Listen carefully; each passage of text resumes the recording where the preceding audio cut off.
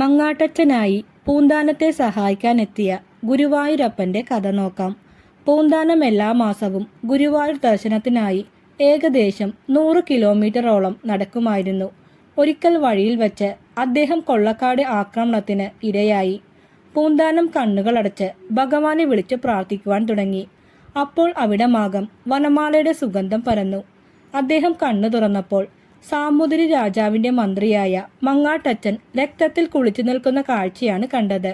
ചുറ്റിനും കൊള്ളക്കാരുടെ മൃതദേഹവും. പൂന്താനം തന്റെ വിരലിൽ നിന്ന് മോതിരമൂരി മങ്ങാട്ടച്ചന് സമ്മാനിച്ചു. അന്നേ ദിവസം രാത്രി ഗുരുവായൂർ ക്ഷേത്രത്തിലെ പൂജാരി സ്വപ്നത്തിൽ ഒരു ശബ്ദം കേട്ടു. നിങ്ങൾ നാളെ ദേവനിലൊരു മോതിരം കാണും, അത് പൂന്താനത്തിന് നൽകുക. പിറ്റേന്ന് ദർശനത്തിനായി വന്ന പൂന്താനത്തിന് പുരോഹിതൻ മോതിരമേൽപ്പിച്ചു. മങ്ങാട്ടച്ചനായി പൂന്താനത്തെ സഹായിക്കാൻ എത്തിയത് സാക്ഷാൽ ഗുരുവായൂരപ്പൻ തന്നെയായിരുന്നു.